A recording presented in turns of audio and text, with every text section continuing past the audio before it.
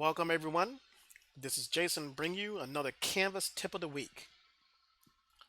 This week's tip is on regards to tracking our students' progress through our course modules and also looking at the course analytics with regards to retention.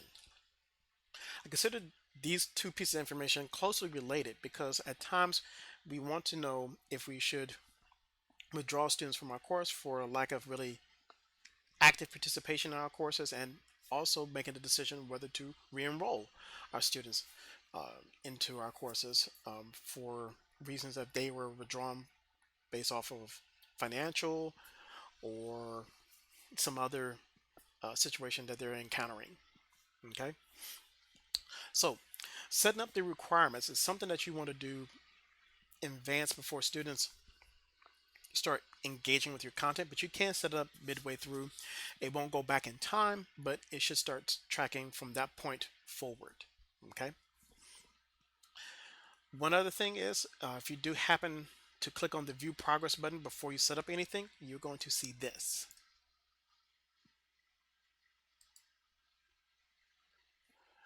So if you notice, the getting started in Google Drive modules are considered complete by Canvas by my two students, Liz and Garth.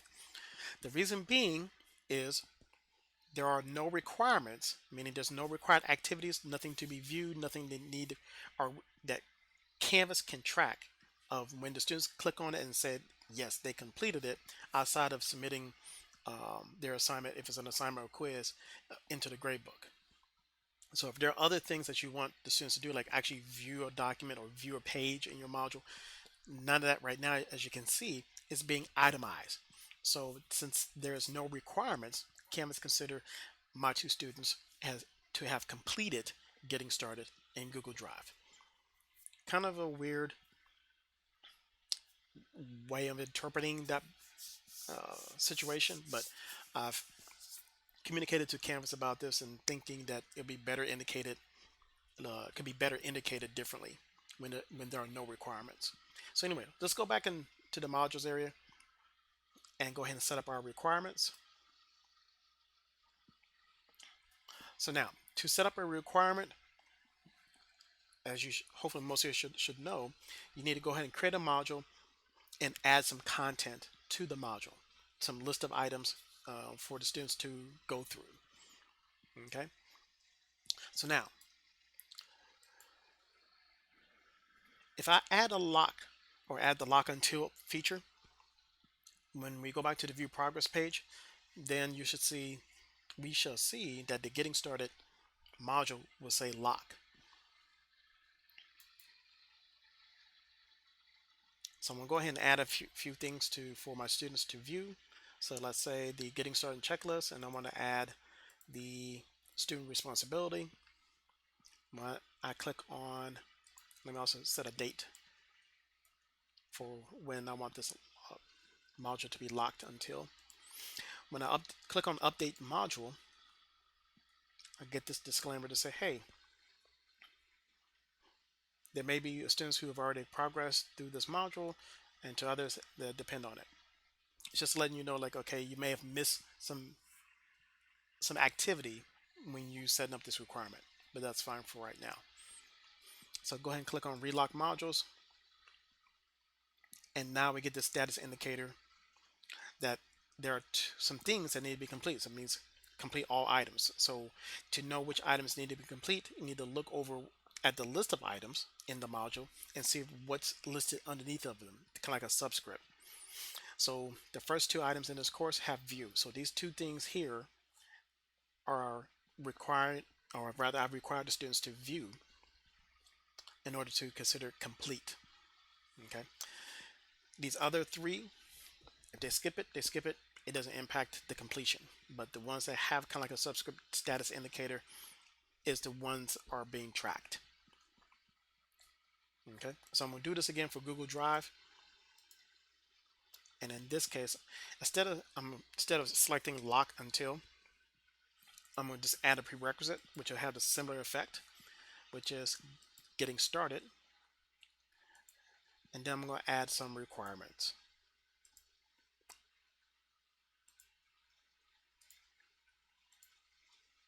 and then click update. Get the same disclaimer to say, hey, there's some students you may have missed. Anyway, go ahead and click relock modules. And now when I click on view progress, those two modules are locked.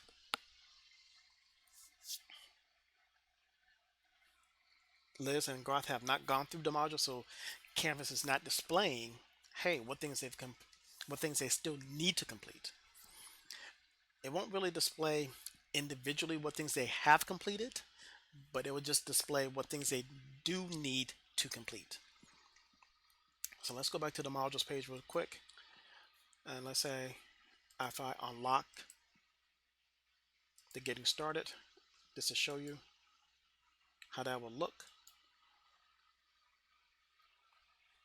The getting started is unlocked. Okay. If I remove the prerequisite for Google Drive demo, then it will have the unlock status indicator as well. Okay. So let's look at some live data. I'm going to go into my Growing with Canvas course, since a lot of us are enrolled in that to complete if you don't attend any of the face-to-face training.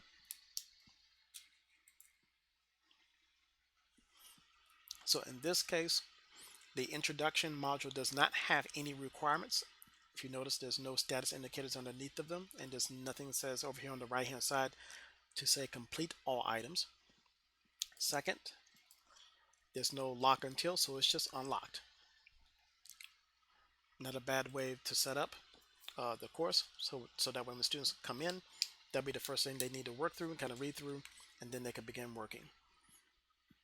So when I click on view progress, as you can see, back to my disclaimer, the first module, introduction, Canvas is considered complete for every student in this course.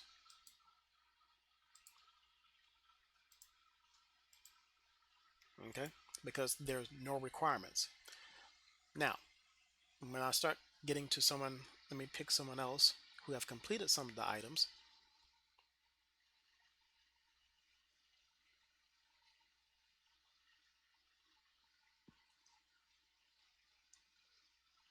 Such as Professor Bryant. He's completed everything. Okay, versus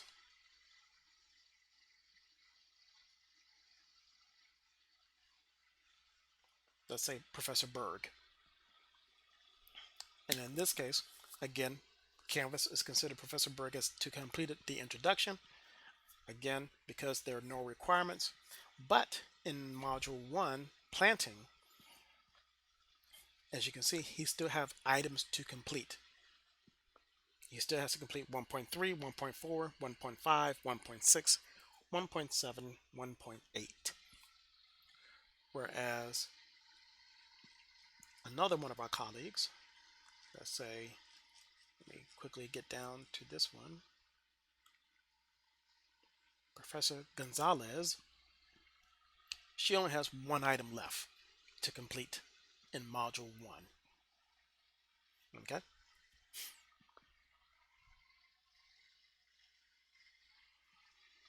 So now let's take a look at those course analytics.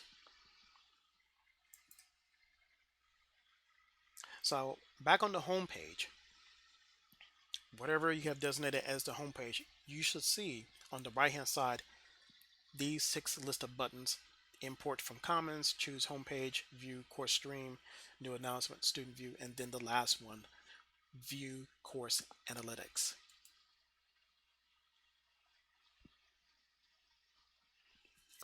And because I have a lot of students in this course, it may take a minute to refresh or display the results. There we go.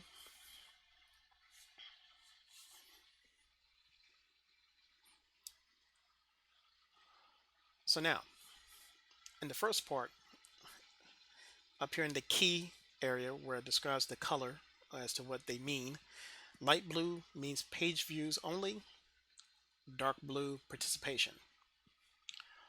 So from the Canvas guide, Let me see if I can zoom this in a little bit.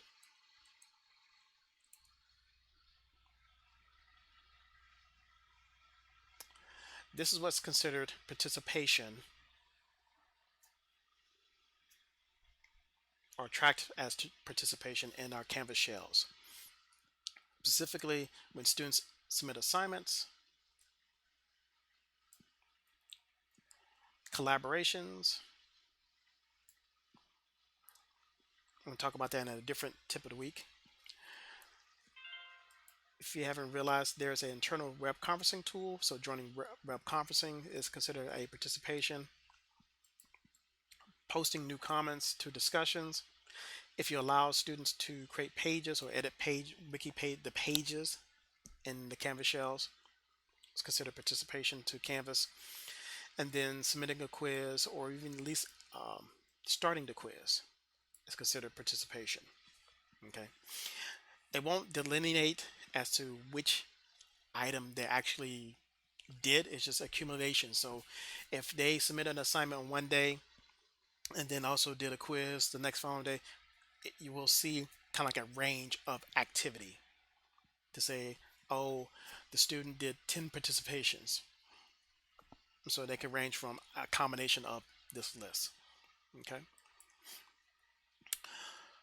Here in the submission section, if you notice, again, my course did not have any due dates. So that way I won't have a lot of issues as to uh, our colleagues, kind of like burden or pressure to complete things, which is kind of like a opposite of my recommendation to everyone in live courses is to use due dates, because once you use due dates, this section will have data in here with regards to, if you notice in the key, which assignments were missing, which percentage of students were missing the assignments, how many of the percentage of students were late with the assignment, and how much the percentage of students were on time. Okay. With regards to the grades, this is kind of like a box and whiskers type of view of our grades from the grade book. The light blue line is the range of grades to give you an idea. The horizontal line in the blue shadow box is of course the median, and the blue shadow box gives you a range of the 25th to 75th percentile.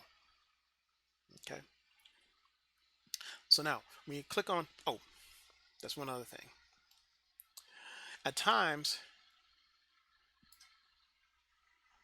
when you log or access the view course analytics, all of your students will not show up. So if you notice, I kind of like resized the window and brought it back open again. So that's what you will have to do so that way you can see all of your students in your course. Okay. So now as I'm scrolling down, I can pretty much see everyone at a certain point. Because I have a very large enrollment, the screen will start flickering again a little bit, and I'll have to resize and to refresh the screen so that way another batch of students will be displayed.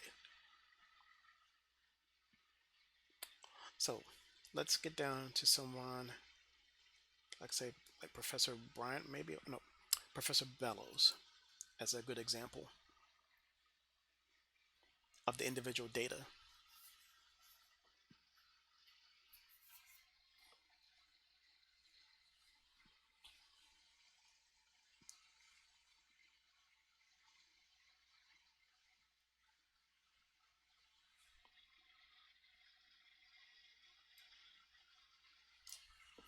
Okay, so now for Professor Bellows, in the beginning part of the course when I first opened it, she only did a couple page views, but a lot of page views, 58, between the week of January 7th and 13th. And then no activity until about February. 3 participations, so she submitted 3 items, whether it was a quiz or a discussion or assignment. Had some more page views, 57, 2 participations. So in 1 week, February 11th to 17th, 3 participations, and then the next, right after the February 17th, the next kind of week, 6 days or so, 2 participations, and 53 page views. And then no activity until about mid-March. Some more activity mid-April, and then she comes back and says, okay, now I got more time to complete the rest of the training. Okay. In the communication area, if Professor Bellis has sent me any messages from the inbox over here on the left hand side, there'll be little orangey colored dots, or kind of like the thought bubbles within the similar time frame range as we saw for the activity by date, along with myself if I have replied back to her or sent her a message if I initiated a conversation. For submissions, since there were no due dates, everything's considered on time for her.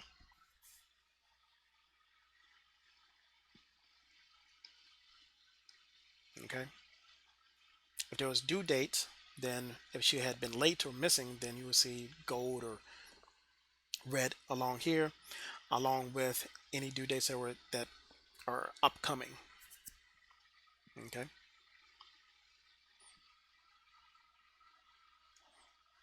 So that kind of gives you a general sense of what the individual student report is. And of course, at the top, you can navigate to the next student. Let's say, in this case, William Belvin probably won't have any data, which was right about. So you can just either click open the drop down menu and kind of like scroll down to a specific student, or just simply go left or right alphabetically.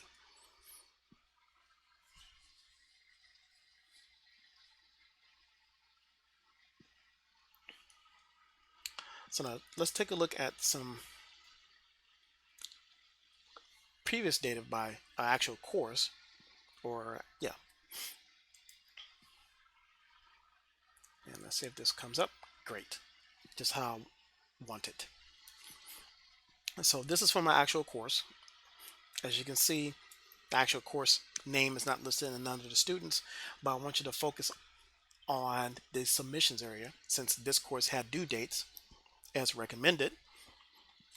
And we see the benefit of the due dates, because now as I'm scrolling over, I see the percentage of on time, percentage of late, and percentage of missing.